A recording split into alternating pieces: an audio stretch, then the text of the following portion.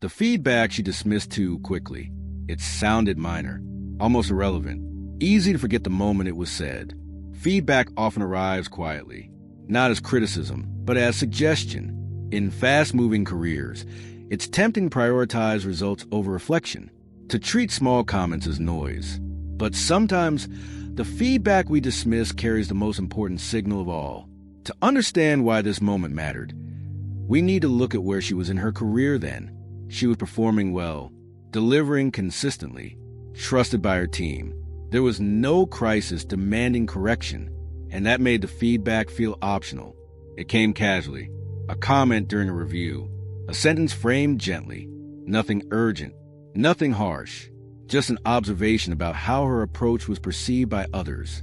She nodded, took note, and moved on. At the time, it felt unnecessary to dwell on it. The work spoke for itself. Results were strong. Relationships seemed functional. Feedback without consequence rarely feels important, and she had more pressing goals to chase. But the comment lingered longer than she expected, not because it hurt, but because it didn't align with how she saw herself. She believed she was clear, collaborative, direct when needed. The idea that her intentions weren't always landing felt uncomfortable. So she minimized it. She told herself it was context-specific, or misinterpreted, or something she could revisit later. And in doing so, she made a quiet choice. She chose momentum over reflection. What she didn't realize then was that feedback doesn't lose relevance when ignored. It compounds. And the one she dismissed too quickly would resurface again and again, each time louder, harder to address, and more costly to correct. Because small signals don't disappear when overlooked.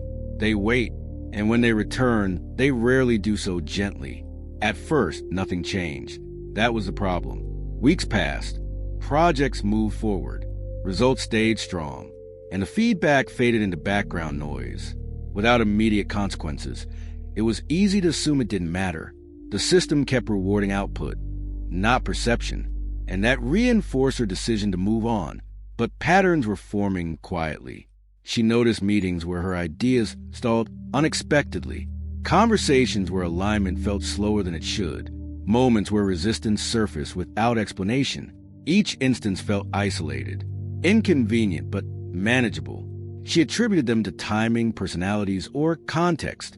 What she didn't connect was the thread between them. The feedback she dismissed wasn't about competence. It was about how her intent translated. She began encountering subtle friction, clarifying points more often, repeating herself, sensing hesitation from others when decisions required buy-in. Nothing overt, nothing confrontational, just enough to slow momentum in ways that were hard to diagnose. Internally, frustration grew. She was doing everything right. The work was solid. The preparation was thorough. Why did progress feel heavier now? Why did influence feel harder to maintain despite consistent effort? The answer sat in that early comment she had set aside. Because feedback about perception doesn't announce consequences immediately. It shows up later, through patterns rather than events. And by the time those patterns become visible, they're harder to untangle from the system. The conflict sharpened when she received similar feedback again. Different phrasing, different source, same signal.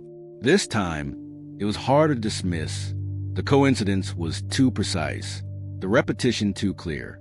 She felt a flicker of regret, not for making a mistake, but for ignoring information when it was cheapest to address. Because addressing feedback early is uncomfortable. Addressing it late is disruptive. And she was beginning to realize that by choosing speed over reflection, she had allowed a small gap to widen quietly. The question was no longer whether the feedback mattered. It was how much ground it had already cost her, and whether she was willing to slow down enough to correct it before it defined her trajectory. The conflict peaked when she finally stopped defending herself internally and started listening. She revisited the original feedback with different eyes, not as judgment, but as data. She replayed recent interactions honestly, not to assign blame, but to trace patterns. And once she did, the connections became uncomfortable and undeniable. She saw how her directness sometimes closed conversations too early, how confidence, when unexamined, could read as dismissal, how efficiency, when overused, could feel like indifference to others' perspectives. None of it was intentional. But intention wasn't the issue anymore. The realization carried weight. She had been optimizing for results in environments that required alignment, and alignment depends on perception as much as competence. The feedback she dismissed wasn't about changing who she was. It was about adjusting how she landed. Making that adjustment wasn't easy. It required slowing down in moments she preferred to move fast, asking questions when she already had answers, leaving space instead of filling it. These changes felt unnatural at first, almost like losing ground. But gradually something shifted, resistance softened, conversations opened, decisions moved more smoothly, not because she spoke less, but because others felt more included. The same ideas now traveled further, with less friction. But the hardest part wasn't changing behavior. It was accepting that ignoring the feedback had delayed this growth unnecessarily, that the cost hadn't been obvious at first, but it had been real. Opportunities slowed, influence narrowed, momentum dulled in ways she had mistaken for external obstacles. The feedback hadn't been wrong. It had been early, and early signals are easy to dismiss precisely because they don't hurt yet. By the time they do, the correction requires humility instead of curiosity. She stood at that crossroads now. Continue adjusting and rebuild trust over time, or revert to old habits and accept limited influence. The choice felt heavier than it should have, because it was avoidable. But growth rarely comes from comfort. It comes from confronting information before it becomes a problem. And she was finally doing that. The shift didn't announce itself. It revealed itself through response. Meetings changed tone. Ideas moved with less resistance. People engaged earlier, not defensively. The same competence she had always brought now landed differently because it invited others in instead of moving past them. The feedback she once dismissed didn't require reinvention. It required awareness. She learned that influence isn't only about being right. It's about being understood, about creating space where others can align without feeling overruled. And once she practiced that consistently, trust deepened in ways output alone had never produced. Looking back, the cost of ignoring the feedback wasn't catastrophic. It was cumulative. Small delays, missed alignment, slower momentum.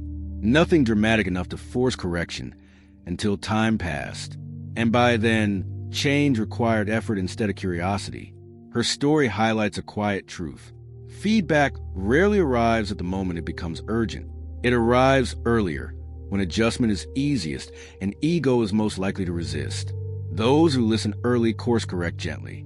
Those who wait must recalibrate publicly. The feedback she dismissed too quickly didn't limit her forever, but it delayed her unnecessarily. And that delay became the lesson. Sometimes the smallest shift in perspective becomes the beginning of a new future. The feedback